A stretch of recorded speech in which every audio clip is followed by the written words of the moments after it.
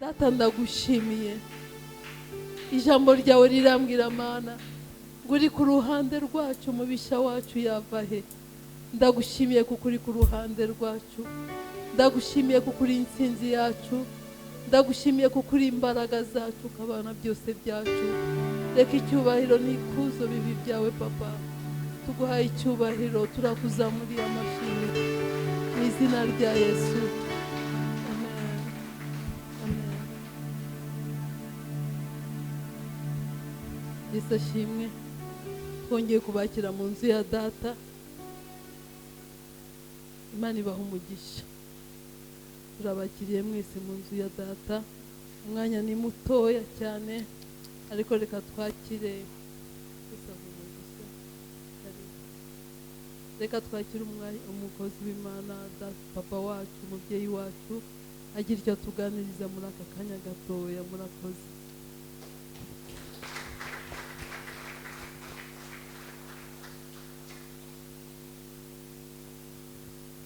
Thank you.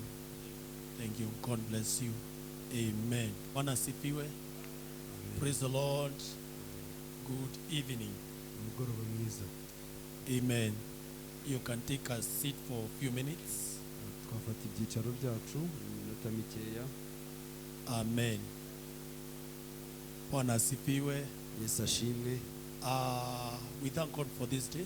Turashima Imana kubw'uyu munsi. To me, this is a great day. Kuri njye uyu ni umunsi mwiza. A day with a good beginning.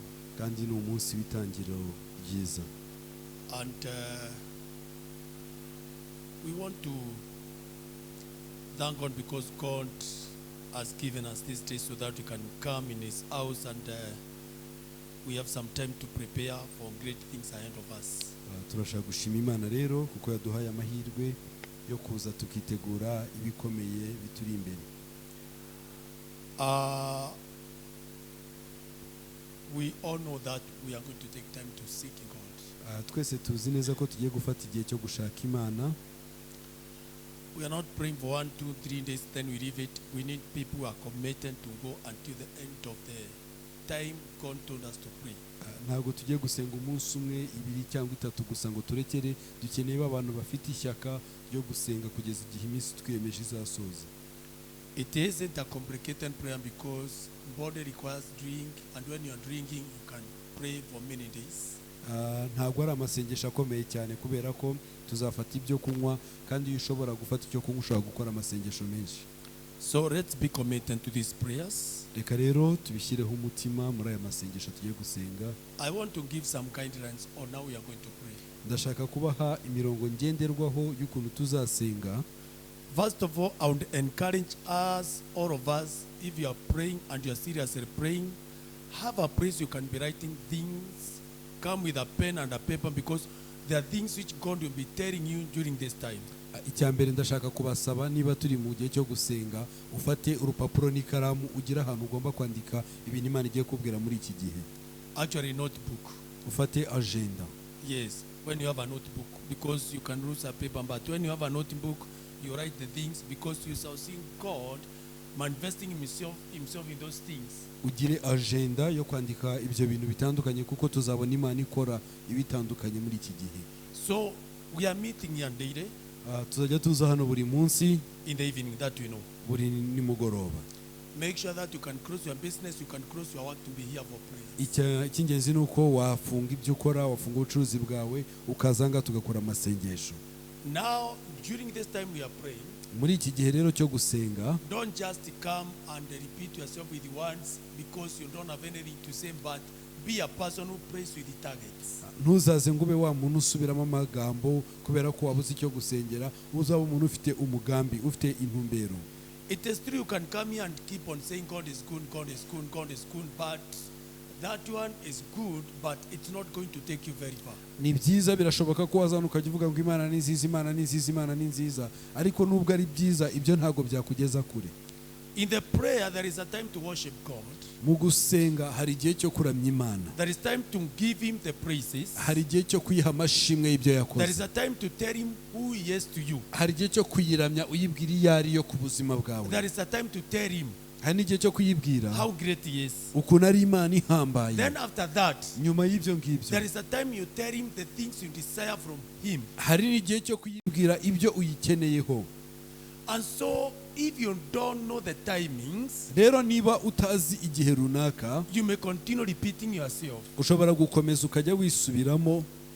So, have a time to worship God, Gira rero igihe cyo kuramya time to Imana, praise God, igihe cyo and kuyihimbaza, also time to talk to God of your issues. ndetse n'igihe cyo kumurikira Imana ibibazo byawe. Then you also need time to listen to God. Hanyuma ukagira n'igihe cyo kuyumva. Because during the time of prayer is a time of communication. Kubera ko mu gihe cyo gusenga ni igihe cyo kuganira. Communication is two people talking. Kuganira bivuga ko ni abantu babiri bari kuvugana. You tell God who he is, Ukabwira Imana iyo you ariyo tell ku him buzima about the bwawe, issues you have, ukayibwira ibyo ufite, but God has also something to talk to you, to tell you. ariko n'Imana nayo hari icyo ibigufitiye ibigiye kukubwira. So it's important for you to be able to understand the timings. Rero ni ingenzi cyane kubasha kumenya ibikwiriye kuvugwa.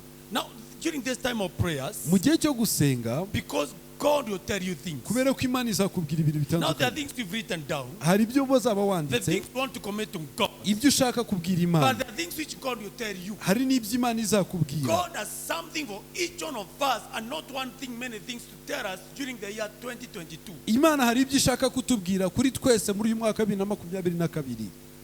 There are things God is going to tell you. Hari icyo Imana ishaka kukubwira. There are places God would want you to go. Hari aho Imana ishaka kugera. But as you seek God, Ariko mu gihe turi gushaka He is Imana, going to give you the guidance izakwereka, of the izakuyobora, things He has as God. igusobanurire ibyo igufitiye nk'Imana. He has a secret. Ifite amabanga During the yayo. time of seeking Mu God, gihe cyo gushaka He Imana, reveals the secrets to His children. ayihishurira abana bayo amabanga That's why yayo. you are going to write them down. Niyo mpamvu uba ugomba There are things kwandika. God will tell you about your family. Hari ibyo Imana izakubwira ku There muryango are wawe. things God will tell you about your spiritual, spiritual status. Hari icyo Imana izakubwira ku buzima bwawe There are bw'umwuka. things God will tell you about your finances. Hari icyo Imana izakubwira ku God butunzi will talk bwawe. about even this church. Ndetse Imana izavuga no kuri uru If you rusengero. are leader God, there are things He's going to tell you on how to lead His people. Niba uri umuyobozi, hari icyo Imana izakubwira ku kuyobora abantu bayo. These are people of God. Aba ni abantu They b'Imana, belong to God. And n'ab'Imana. for you to be able to lead them, Rero kugira ngo ubashe you have kubayobora, to young God, ugomba kubanza kumva so that He Imana can tell you the things you can lead them to.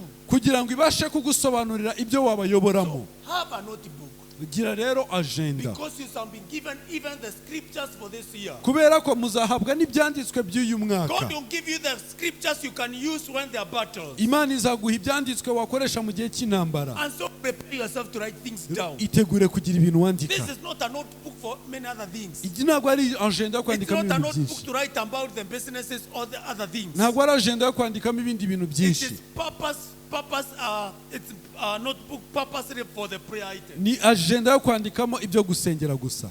Are we together? Turi kumwe. You require somewhere you can write. Ukeneye ahantu ugomba So that you kwandika can put down those things. kugira ngo ibyo bintu bishyire hasi, And when you write them down, hanyuma nubyandika. every Friday, Buri wa gatanu we shall be meeting here. tuzajya duhurira Okay, the ahangaha. other days you are meeting Iyindi minsi nayo to tuzaduhura pray for our issues. dusengera ibibazo Now, byacu. during this time you are praying, Hanyuma mu gihe turi the gusenga, things you've written down ibya bindi and the wanditse things God has told you, n'ibyo Imana all yakubwiye, of them you combine them together. byose uzabishyira Then hamwe. on Friday, every Friday, Hanyuma buri wa gatanu for the 21 days, mu minsi we 21 have 3 n'umwe Fridays. tuzaba dufitemo iya gatanu Every itatu. Friday, Buri wa gatanu we shall bring our issues before the altar. tuzajya tuzana bya bibazo byacu imbere I don't know y'igicaniro. whether you understand what I'm saying. Sinzi niba muri kumva icyo The nshatse things you've kuvuga. written down, Bya bindi wanditse, the issues you're praying for, bya bindi uri the gusengera, things God has told you, bya bindi Imana on yakubwiye, Friday, ku wa gatanu we bring them to the altar. tuzajya tubizana imbere We shall y'Uwiteka. placing them in the altar here. Tuzajya tubishyira hano imbere,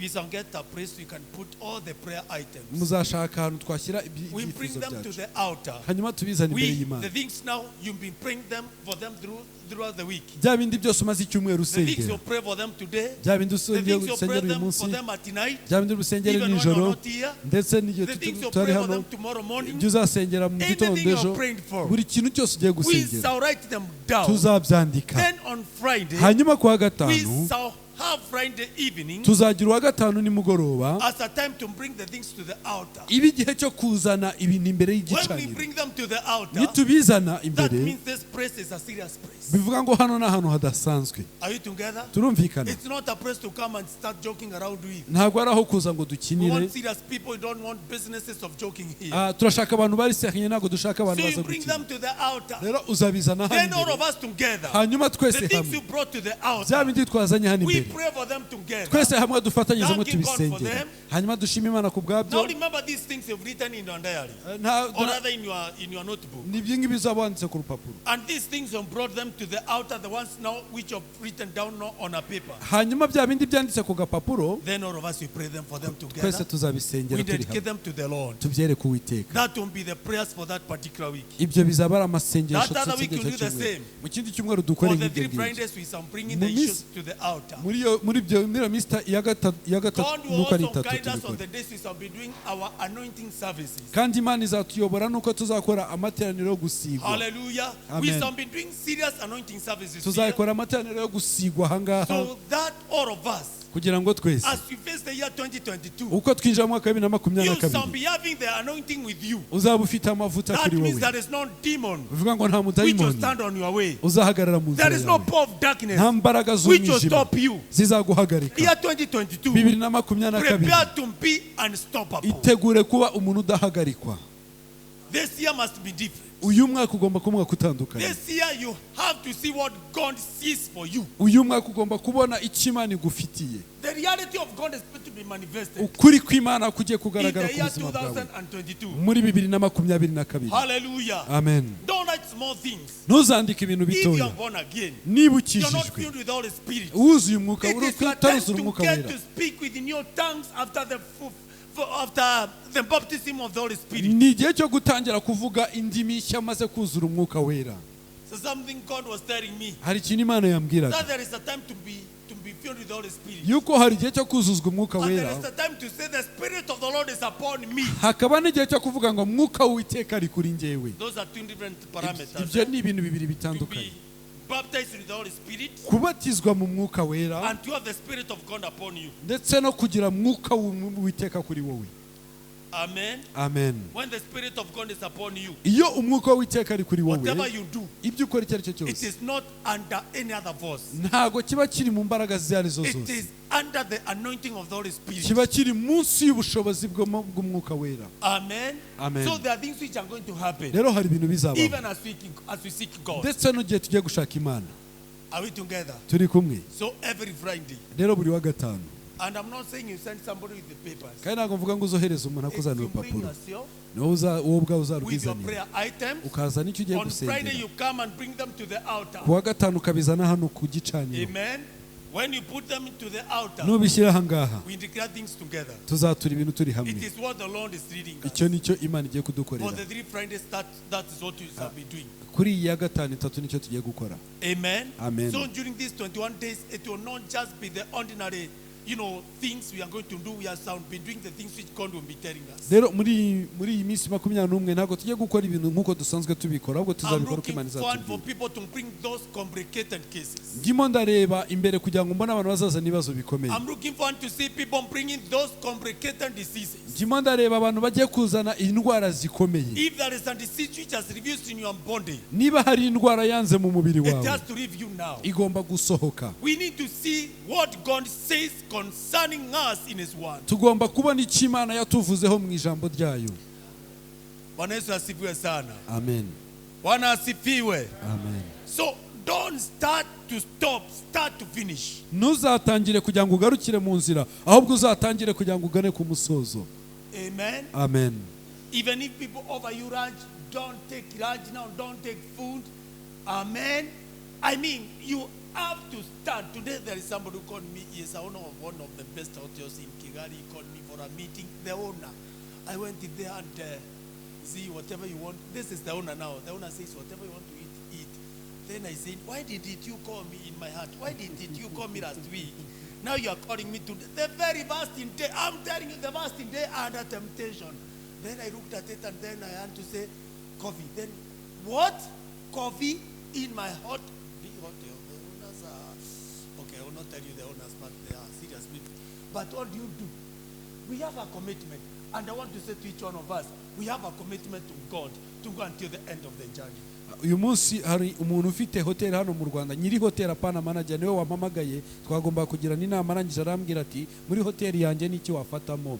Ni mu mutima wanjye namwani kuki utampamagaye byibura mu cyumweru cyashize ukaba wampamagaye uyu munsi. Namwani ndafata ikawa, arambwira ngo ikawa muri hoteli yose, ariko kuko mfite ishyaka, mfite ikintu ngomba gukora, rero natwe tugomba kugira icyo twigomba kugira ngo tugire icyo tugomba gukora. And that is a message to each one of us. Kandi ubwo ni ubutumwa kuri buri wese muri twe. You can say pastor was tempted the first day. Uravuga ngo pastor yageragejwe ku munsi wa mbere And he overcame.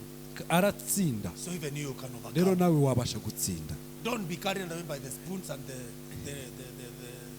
the plates. Ntuzatwarwe n'ibiyiko n'amasahani.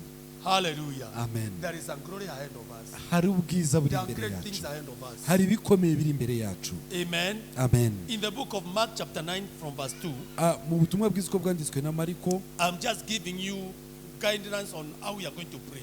ni kubaha gusa imirongo ngenderwaho yuko tuzasenga.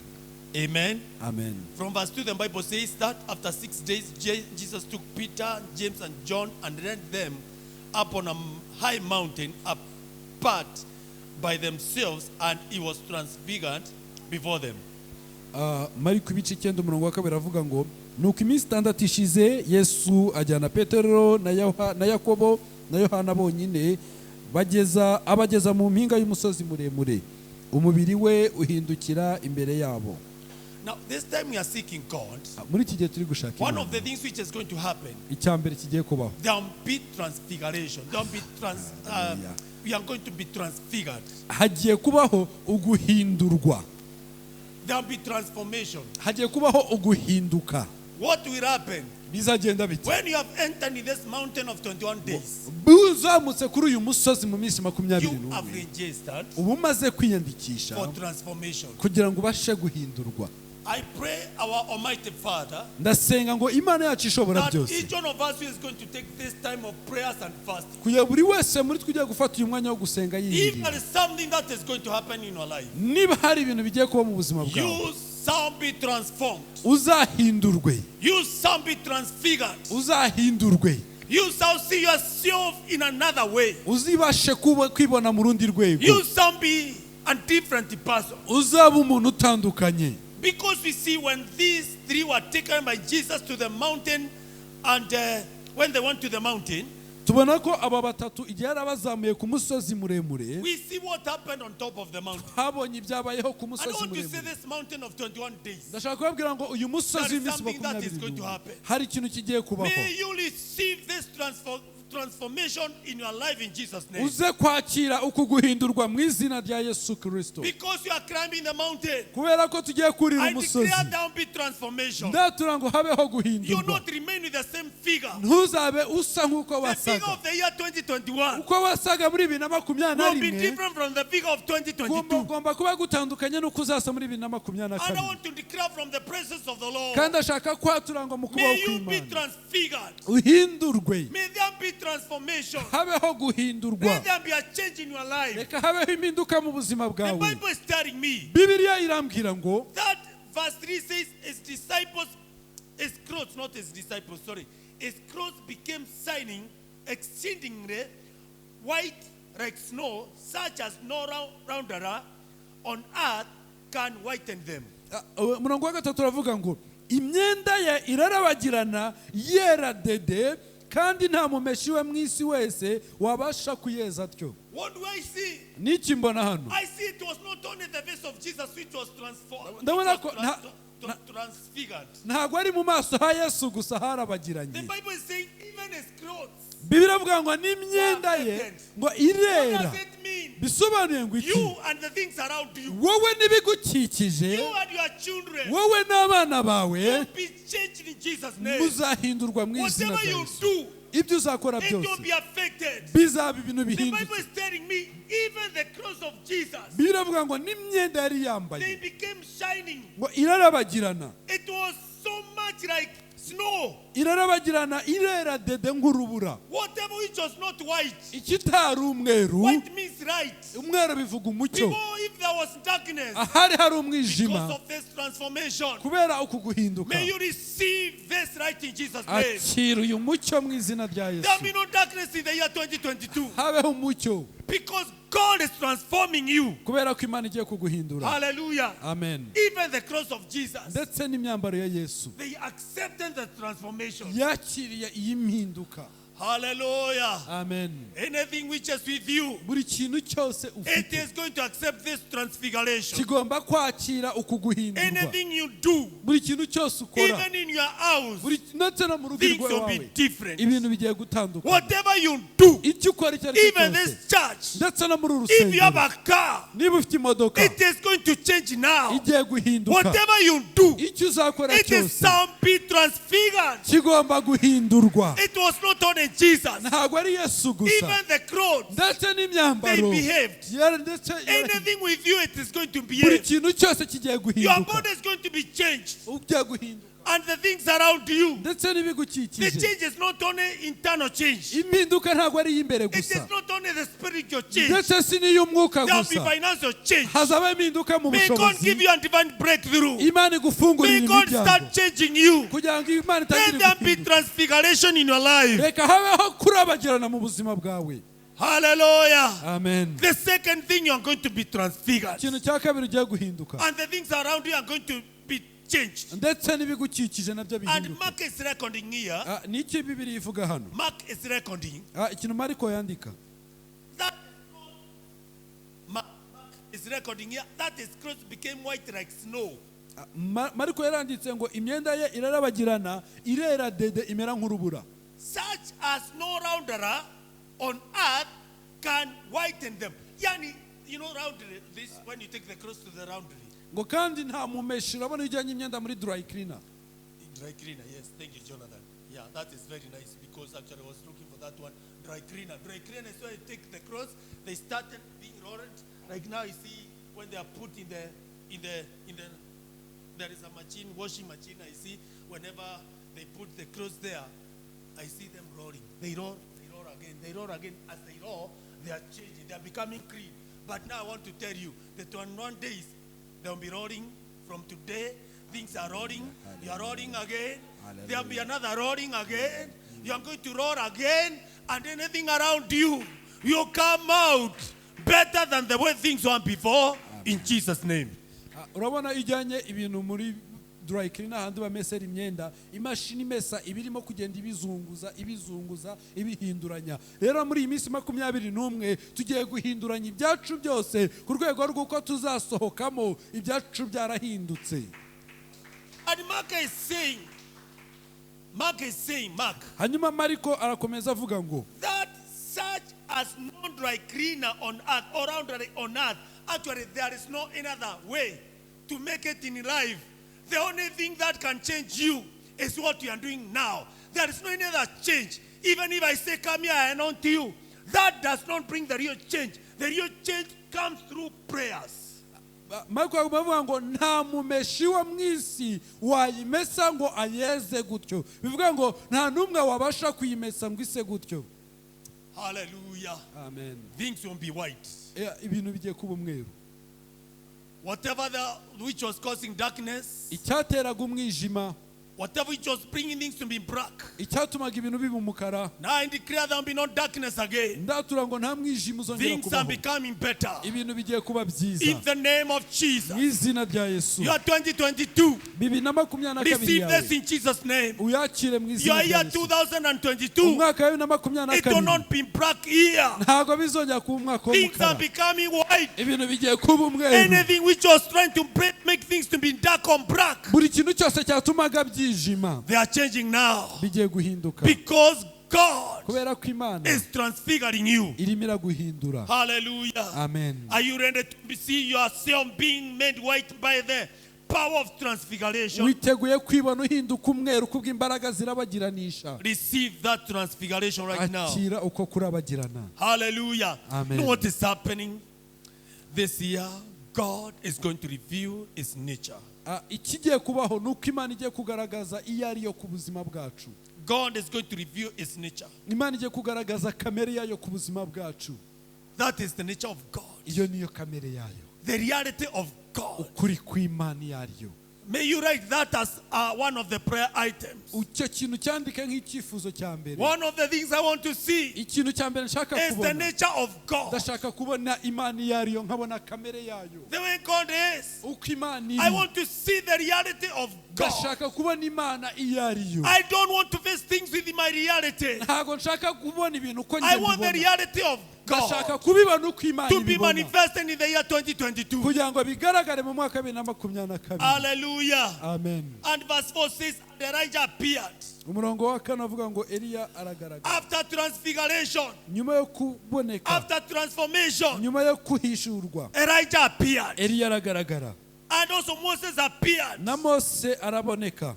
Amen. Amen. When transfiguration has taken place, iyo habayeho uku guhishurwa ko Elijah kurabagirana, Eliya will appear, aragaragara, and Moses na Mose will appear. aragaragara. Did Peter meet with Elijah before? No. ese Petero yarahuye na Eliya mbere? Oya. Did John or James meet with Elijah before? No. Yohana na Yakobo nabo ntabwo bari But there is bazi a Eliya. mountain when you climb, ariko hari umusozi wurira, even the things you never met with him before, ndetse n'ibyo utari warabonye mbere, even the miracles you never saw before, ndetse n'ibitangazo utari they are made warabonye, present. ukabasha May kubibona. God bring you to a place whereby Imana ikugeze ku rwego that rw'uko Elijah you've never met, yuko wa Eliya utari you are only warahuye hearing nawe. about Elijah. Eliya You are also hearing about Moses. ugahora wumva ngo But Eliya there is a way ukumva to Mose. see them. ariko hari uburyo bwo They can kubabona, appear. bashobora When you kuza. go on top of the iyo mountain, uzamutse ku they also musozi come. nabo baraza. That means the impossible can become impossible. bivuga ngo ibitashobokaga bihinduka ibishoboka.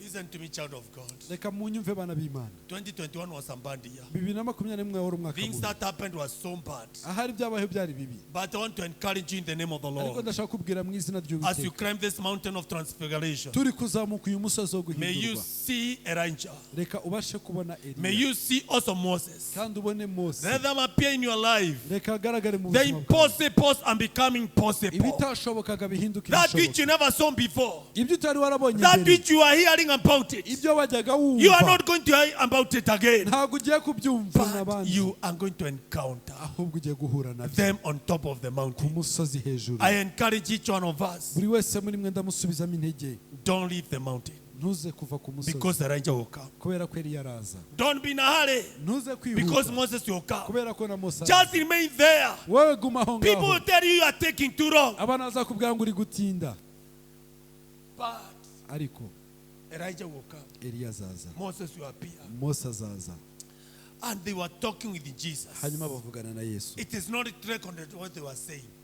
ntabwo ibyo bavuganye na Yesu The Bible has babyanditse. not recorded what Moses and Elijah were telling Jesus. Bibiliya ntabwo yanditse ibyo Mose na Eliya babwiraga But Yesu, we see they talked ariko urabona ko on baravuganye top of the mountain. hejuru ku musozi. People will not understand what you are saying. abantu ntabwo bazumva ibyo uri kuvuga, You'll be like Hannah in the temple. uzaba nka Hana mu nzu People y'Imana. may think you are drunk. abantu bazatekereza ko They may think wasinze, it's because of the beer. bazatekereza ko ari uko wanyweye It is not inzoga, alcohol. ntabwo ari ukubera There inzoga. is a level you come. hari urwego People ugeraho don't understand you. abantu May you come to ntibagusobanukirwe, that level. reka uze kugera We kuri are urwo ordinary rwego. people will not understand you. ubwo abantu Because you're on top batazagusobanukirwa there. kubera ko hejuru aho People ngaho will mistake you. abantu But you bazakwibeshyaho, know what will happen? ariko uzi ikintu kigiye kubaho. Elijah has appeared. Eliya yahageze, Moses has appeared. Mose yahageze. Hallelujah. Amen. Amen. They appeared after transfiguration. barahagera nyuma yo guhindurwa. May you receive this appearance now. wakire uku guhindurwa. Hallelujah. Amen. This time write down what you require to see appearing in your year 2022.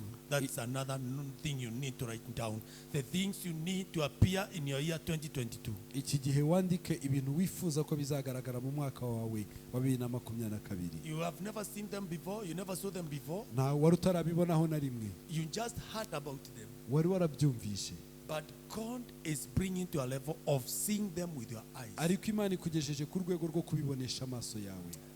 Hallelujah. Amen. Verse 5 says, Murongo wa 5 Then uravuga ngo, Peter answered and said to Jesus. Petero abwira Yesu ati, Now Peter has a platform. ubu rero Petero abonye urubuga. Amen. Amen. Jonathan is enjoying water.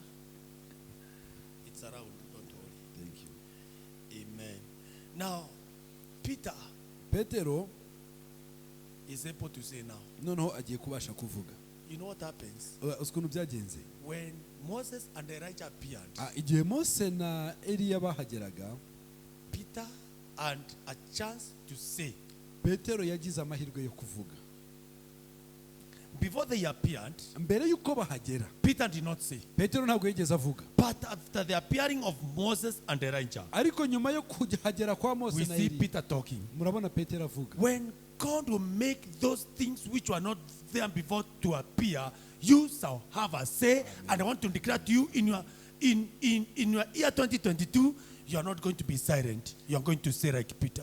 Igihe Imana izatuma ibyo bintu bitagaragaraga bigaragara, uraza kugira ijambo. Kandi ashaka kwatura ngo mu mwaka wa 2022 nawe ugiye kuvuga nkuko petero yavuze. Peter was able to say now. Petero abasha kuvuga. And even you. Nawe rero, Because when you go on top of the mountain, kubera ko wazamutse ku musozi hejuru, you shall say, uraza kuvuga. it is not good for us to remain here. Ntabwo ari byiza It ko is not good for us. It's not good for us to, what did Peter say? Niki It is Petero not yavuze? good for us to be here. Let us make 3 tabernacles, one for you, one for Moses, and one for Elijah. Petero avuga ngo mwigisha ni byiza ubwo turi hano. Reka duce ingando 3, imwe yawe, indi ya Mose, n'indi ya Eliya. He says it is good for us to be here. Avuga ngo ni byiza rero ubwo turi hano. Rabbi, it is good for us to be here. Mwigisha ni byiza ubwo turi aha ngaha. Amen. Amen. I'm happy because there is a level you come and then Jesus will listen to you. Ndanezerewe kuko hari urwego ugeraho Yesu akabasha kukumva. This year, Uyu mwaka you are going to say something. ugiye kugira icyo uvuga. You'll be heard in Jesus' Kandi name. uzumvwa mu izina In rya the name Yesu. of Jesus. Mu izina rya Yesu. Hallelujah. Amen. Peter says to Jesus, Rabbi, Petero abwira Yesu ati it is mwigisha good ni byiza for us to be here. ubwo turi hano. Where we are, Aho it turi is good. ni I byiza. declare in this mountain of 21 days, Ndatura ngo muri uyu musozi w'iminsi somebody 21. in our ministry will say it is good for us to be here because you are going to give your suggestions, because on top of the mountain you can say what you want before the Lord. Hazagira umuntu watura avuge ngo ni byiza ubwo turi aha ngaha kubera ko tu hejuru ku musozi ugomba kuvuga icyo Imana ishaka kuvuga. Hallelujah. And verse 7 says, Umurongo wa 7 uravuga ngo and a crowd came and overshadowed them, and a voice came out of the crowd saying, this is my beloved son, hear him. maze igicu kiraza kirabakingiriza, ijwi rikivugiramo riti nguyu umwana wanjye nkunda mumwumvire. In your year 2022, Mu mwaka wa may 2022 there be a crowd. reka habeho igicu. Hallelujah. Amen. There will be a crowd for you. Reka habeho igicu. What is the crowd for? Igicu kizaza kije Even gukora if the iki? prince of air or the powers of darkness were supposed to attack you, I want to tell you there will be a crowd to Hallelujah. separate you from any attack of the enemy. You are prevented, you are protected in Jesus' name. Icyo gicu kizaza kije kugutwikira kugira ngo nubwo haba hari ubwami bwo mu kirere bushaka kugutera uzaba urinzwe, uzaba utwikiriwe mu izina rya Yesu. Let there be a crowd in your life. Reka habeho igicu mu Let there be buzima a bwawe. crowd in your family. Reka habeho igicu Let mu there muryango be a wawe. crowd in this church. Reka habeho igicu muri uru Let there be a rusengero. crowd upon your Reka children. habeho igicu ku bana May your bawe. husband be covered by this crowd. Reka umugabo wawe abe May your business, atwikiriwe. your wife be covered by this Reka crowd. ubucuruzi bwawe bube butwikiriwe. Them, those who are in colleges, may there be a crowd upon you. Abari mu mashuri reka habeho igicu. When there is a crowd, Iyo hari igicu, this crowd iki gicu will help you. kizagufasha. When others are seeing darkness, Igihe abandi bazabona this umwijima, crowd will bring light in your life. iki gicu kizazana umucyo mu In buzima the Old bwawe. Testament, Mu isezerano rya we kera see the crowd working for the children of Israel. tubona igicu kiyobora abana ba The same Isiraheli. crowd Icyo gicu is available kiracyahari in the New Testament. mu isezerano May you receive the crown of the New Testament. igicu mu izina rya Yesu. And this crowd will not just be a crowd. Kandi iki gicu ntabwo It ari is a igicu crowd gusa, coming with a voice. ni igicu kizanye n'ijwi. Because the Bible says, Kubera ko Bibiliya iravuga after ngo the covering of the crowd, nyuma y'uko igicu a kije voice came from the crowd. ijwi riraza, Your crowd will not be silent. ntabwo igicu Your kizakuba crowd has a voice gicecetse. for you. Gifite ijwi. This is a witness. Iru ni May umuhamya. God witness for you this Reka year. riza rije Let guhamya. there be a witness of God Reka habeho guhamya concerning k'Uwiteka you. ku buzima Your year bwawe. 2022. Umwaka wa There'll be a witness. habe God kumuhamya will talk on your behalf. imana ize kuvuga. Hallelujah. Amen. God will talk on my behalf. imana ize kuvuga mu mwanya May you wawe. receive this voice from above. reka uze kumvira ijwi rituruka The hejuru ground will be available. rize kuza kugaragara. Thank you, Jesus. urakoze Yesu. Before there was Moses, mbere hari Mose. he appeared and Elijah appeared. Mose na Eliya baraza. But now, ariko ubu ngubu there is an appearance of the crowd. habonetse igicu And the crowd covered them. kandi igicu He may kirabatwikira. receive the covering of the crowd this reka year. wakire At gutwikirwa night there will be a kw'igicu. crowd. habeho igicu. Wherever you go, there will be a aho crowd. uzajya hose habe During the hari day, igicu. there will be a crowd. manywa habe hari The igicu. sun which is supposed to come and hit you or come and destroy you. izuba byakabaye riza ngo rigusenye You are rikwice. protected by the crowd. urarinzwe ufite igicu. You are covered urarinzwe under his crowd. uri munsi y'ubutware The bwe. crowd igicu which carries a voice. igicu gifite ijwi. Receive the voice of the Lord. akira ijwi ry'Uwiteka. In the name of Jesus. n'izina rya Yesu. Hallelujah. Amen. And the voice said, ijwi riravuga ngo this is. uyu What does it say? rivuga ngo iki? Verse what? murongo wa 7. Verse 7. This is my beloved son. riravuga ngo Hear him. nguyu mwana wanjye nkunda mu God is mwumvire. going to confirm who you are. imana igiye guhamya uwo uri we. Are you writing down? urimo God urabyandika? will confirm who you are this year. imana igiye guhamya uwo uri we muri uyu God will mwaka. talk about you. You are not the one to say, I'm the son of God. Ntabwo Now the waza time has kuvuga come for umwana God w'Imana. to come and say, this is my son. igihe kirageze ko imana iza igahamya ngo uyu ni we mwana wanjye. The testimony from above is above all. ubuhamya buturutse hejuru nibwo buri hejuru ya What God bwose. says is valid icyo imana ivuga gifite agaciro than what you say. kurusha icyo uvuga. This is my son, avuga ngo uyu ni umwana whom I wanjye love. uwo nkunda. Hallelujah. amen. God now is saying, I love him. imana avuga ngo There is a ndamukunda. time he say, I love God. hari igihe uvuga I ngo am a nkunda child Imana. of God. ndi umwana I love w'Imana. God. nkunda But imana. now things have changed. ariko none ibintu The voice from the birahindutse. crowd. kuva ku It bwami is say, this is my son, mu gicu bavuga ngo uyu ni umwana wanjye. whom I love. umwana nkunda. May you receive the love of God this year. akira urukundo rw'imana. Hallelujah. amen. May you enjoy the love of reka God. wishimire urukundo rw'imana. And the Bible says kandi bibiri iravuga there ngo was a command. habaho itegeko. There will be a command this year. habugiye kubaho itegeko. Listen to him. mu mwumvire. You are a son of God. uri umwana You are w'imana. going to be listened to. kandi ugiye kumvirwa. You'll be heard. uzumvirwa. Bwana Yesu asifiwe. yesu ashimye. You don't know what happened ntabwo uzi uko bigenda. when Jesus told the people who are telling Bartimaeus to be silent. igihe yesu yabwiraga abantu babwiraga Bartimayo The guceceka. time he said, bring him, igihe yababwiye ngo mumuze things changed. ibintu byarahindutse. That's what's the game changer. aho ngaho ni ibintu byahindutse. Everything changed. buri kintu cyose Before cyarahindutse. it was Bartimaeus, keep quiet. mbere kwari kubwira But Bartimayo when guceceka. Jesus spoke, ariko igihe yesu yavugaga they also became now so compliant noneho nabo baracecetse to batega Bartimaeus. amatwi. What am I trying to say? Niki nshaka The year kuvuga? 2022 umwaka wa 2022 is going to turn to you. ugiye kukumva. And you need to talk to this year. kandi ukeneye kuvugana Talk n'uyu to mwaka. every day of this year. ukeneye kuvugana One buri of the munsi things w'uyu you are mwaka. not going to waste this year. ikintu cya mbere You cy'uyu yourself, you are not going to be wasted. wowe ubwawe ntabwo Every day, every week, buri munsi wose every month, buri kwezi until the end of the year, kugeza umwaka you urangiye. shall not be wasted. ntabwo uzaba umunsi wo kwangizwa. The diseases which affect the Egyptians are not going to come near you. indwara zahuye abanyegiputa bahuye nazo ntabwo zakugeraho. Nothing of the enemy nta na kimwe which will gituruka come ku into your munsi camp, kizakugeraho. because the crown is well able kubera ko igicu to kirashobora protect you as a kudutwikira son of God. nk'umwana w'imana. Be protected this year. urindwe muri uyu Be mwaka. covered this year utwikirwe muri in uyu the mwaka. name of Jesus. n'izina rya Now yesu. what we will do, ubu rero icyo ugiye I gukora want us to take some few minutes. ndashaka ko dufata iminota mikeya. Amen. amen. It's on be ready. We are supposed to close by 7. It's already past 7, but because we were late. But tomorrow, let's keep time. Let's start early because we need to do 1.5 hours from 5:30 to 7 every day. And I want to tell you, things will change. But today we are launching the 21 days, so that's why we are late by a few minutes. But all the same, go knowing that you are covered by the crowd. So for the remaining few minutes, I need us to start and you declare things before the Lord. mu minota mike isigaye rero reka twese duhaguruke tugire ibyo twaturi imbere y'Uwiteka. Amen. amen. Thank you, Jesus. urakoze yesu. Just stand on your feet. reka duhaguruke duhagarare ku maguru yacu. Declare things before the Lord. Father, we thank you. I want you to pray for yourself. ndashaka ko One of the dusengera things you ubuzima need to bwawe. pray for. kimwe mu bintu ugiye gusengera Declare, I'm going to be transformed. atura ngo ngiye guhinduka. In the name of Jesus. Lift your hands before the Lord. zamura ibiganza byawe imbere Declare, I'm not going to waste myself.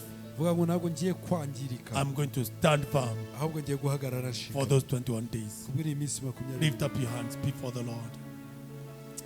We want to thank you, Father. We want to worship you. Yes, call upon the name of the Lord. hamagara izina ry'uwiteka. Start calling upon the name of the Lord. Tell the Hamagara Lord, izina ry'uwiteka ubwire I will Imana. be committed to the end of 21 days. mwami ngiye gukomera Nothing ngiye which will be guhagarara able to muri iyi minsi shake me. 20. nta na kimwe Nothing which will be kizanyanyagiza. able to stop me. nta na kimwe I'm not kizampagarika. going to be diverted. ntabwo nzareba I'm not going hirya. to be distracted. ntabwo ngiye kurangara. I want to stand ndashaka gutangira by the grace of God. Akomeza And in the name of Jesus, kandi mu izina rya I Yesu. proclaim the grace of God upon your life. ndatura ubuntu bw'Imana ku Receive buzima the bwanjye. grace now. akira ubwo The buntu. grace to stand until the Akira end of ubwo buntu 21 bwo days. guhagarara kugeza ku In the musozo. name of Jesus, Mu izina rya let Yesu. no temptation overcome you. Reka ntihazagire Let ikigeragezo no lie of the kimwe devil kigutsinda. overcome you. Reka ntihazagire Satani I declare the n'umugutsinda. grace of God. ndatura ngo Receive the iminsi grace now. akira ubuntu In the bw'Uwiteka. name of Mu Jesus, izina rya Yesu. may you be empowered reka uhabwe to imbaraga remain stable. kugira ngo ubashe In the mighty guhagarara. name of Mu Jesus, izina rya Yesu. every complicated case, buri kintu cyose cyari every gikomeye. confusion of the Buri kintu devil, cyose cyari any kinaniranye. attack of the buri enemy, gutera kose it is k'umwanzi. defeated. In the name of Jesus, izina rya Yesu. receive the grace to continue. akira ubuntu bwo gukomeza. Receive the power, akira imbaraga even the anointing, ndetse n'amavuta to stand firm kugira ngo for uhagarare the 21 ushikamye. days. maze muri iyi minsi In the name of mu Jesus. izina rya Yesu. Hallelujah. haleluya. Everything you're going to pray on during these 21 days. buri kintu cyose tugiye gusengera In muri the iyi minsi name of 20. Jesus, mu izina I rya declare Yesu. breakthrough now. ndatura ngo imiryango Receive a ifunguke. mighty power of akira God. izo mbaraga Power zikomeye to z'Uwiteka. overcome now. imbaraga zo Power to gutsinda. declare things. imbaraga zo And kwakira they ibintu. become realities. ndetse bigahinduka In the ibyo kurya. name of Jesus. mu izina rya Yesu. Hallelujah. Declare Makasaya Rababora. Declare in the name of Jesus. gira ibyo watura mu izina rya Everything Yesu. I'm going to speak buri before kintu this cyose mountain. kuvuga For imbere the y'Umwami. 21 days, muri iyi minsi there'll be a 21 miracle. haze kubaho In the ibitangaza. name of mu Jesus. izina rya Yesu. May God honor your steps. reka Imana iyobore May intambwe God zawe. honor your mind. reka Imana iyobore Your gutekereza thinking byawe. pattern. igutekereza Your kwawe. thoughts. May imitekerereze God yawe. work on them Imana so iyikoreho that you may think like kugira God. ngo uze gutekereza nk'Imana. Hallelujah. Hallelujah. And dedicate your mouth before the kandi Lord. umunwa wawe Whatever were you kuwuteka. declare, icyo uzatura it shall cyose come to pass. kizasohore. May God anoint your mouth. Imana isiga May umunwa God wawe. anoint your mind. Imana isiga May ibitekerezo God byawe. anoint your legs. Imana isiga May amaguru God yawe. anoint every part of your Imana body isiga buri gice cyose so that cy'umubiri you are wawe going to be under the control kugira ngo uze kuba munsi of the y'ubutware crown. bw'Uwiteka. Thank you, Jesus. urakoze mwami Yesu. Father, we worship you. Yesu Father, we turakuramya. glorify your Mana, mu name. izina ryawe turihaye We icyubahiro. adore you, Master. Tuzi imbere yawe We mwami. declare you are the Lord. turaturangwa ni wowe You are mwami. mighty, you are Ni wowe wonderful. ukomeye kandi uhambaye. We thank you, Lord. turagushimye mwami. Makahia na maseke Makasha tayara na babora. makaya Ende keseke tayara babo. Rika sayara bayando koseke na mayanda la la bosika. In the name of Jesus, I declare the crowd now. Risakaya na makata yara babo seke rebelebe kanda. In the name of Jesus, receive another testimony. Receive another testimony. Let the crowd talk on your behalf. Let there be a voice from the crowd. reka igice kivuge. In Jesus' mighty name.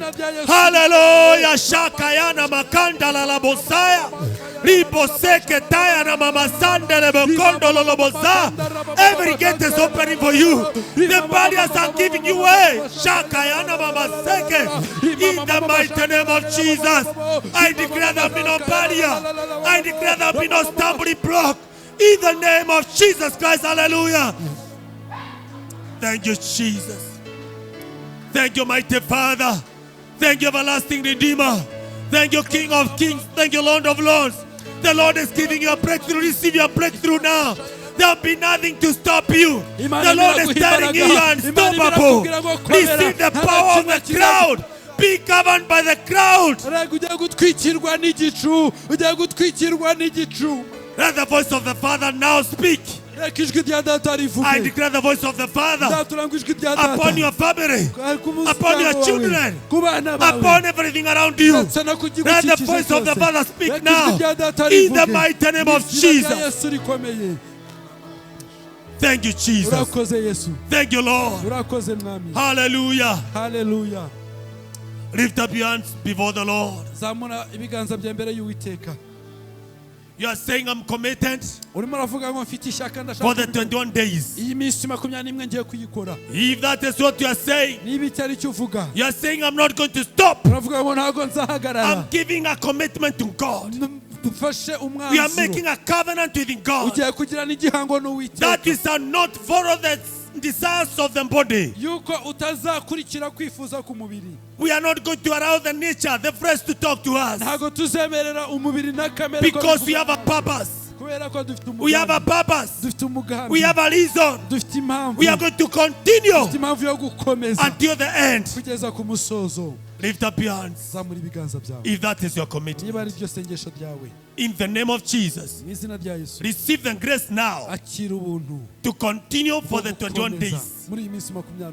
In the name of Jesus, mu izina rya I Yesu declare no sin. ndatura ngo nta cyaha, I declare no deception. ndatura ngo nta na kimwe, I declare no power of flesh nta mbaraga z'umubiri which will mislead you. zizakuyobora. And now in the name of rero Jesus, mu izina rya every Yesu sickness buri ndwara yose which was supposed to attack you during this time, gombaga kugutera muri iki we gihe stand against it now. turayinanije In the mighty name of the mu Lord, izina rya Yesu we rikomeye. nullify the powers of darkness. turananiza imbaraga z'umwijima In the name of mu Jesus, izina rya Yesu. may God give you another right in your life. Imana iguha umucyo mu buzima Let there bwawe. be illumination of the Holy Spirit. habeho kumurika k'umwuka Wherever wera. there was darkness, ahari hari receive umwijima your light. akira umucyo. Thank you, Jesus. urakoze Yesu, Thank you, Lord. urakoze mwami. Hallelujah. Haleluya. Any power imbaraga iyo ari yo yose which was to work against you, yari igiye kukunaniza we come against it now tugiye kuyinaniza in the mighty name of mu Jesus, izina rya Yesu and we rikomeye. declare now kandi turatura from this moment kuva aka kanya you have the victory ufite intsinzi in Jesus' mu name. izina rya Yesu. Hallelujah. Haleluya. Receive your victory. akira intsinzi, Receive your akira victory. intsinzi yawe. Victory for the 21 days. intsinzi y'iminsi Every 20 week buri you are cyumweru going to stand firm tugiye guhagarara in Jesus' mu name. izina rya Yesu. Amen. amen. Hallelujah. Thank you, Jesus. urakoze Yesu. Bwana asifiwe. Yesu ashimwe. Want to close now turashaka gusoza in Jesus' name. mu izina rya Yesu. This is what will happen. uko niko bizabigenda. Don't miss every day. ntuzagire umunsi n'umwe usiba. Amen. amen. You will be able to witness what God has purposed for you this year. uzabasha kubona icyo Imana yagambiriye ku buzima bwawe muri uyu mwaka. Hallelujah. amen. Don't sleep. ntusinzire, Wake up early in the morning ubyuke mu gitondo cya at kare 3 a.m. saa 9 za mu Be gitondo on your knees. upfukame ku mavi Call upon the name of the Lord. uhamagara izina ry'Uwiteka. Amen. amen. Amen. amen.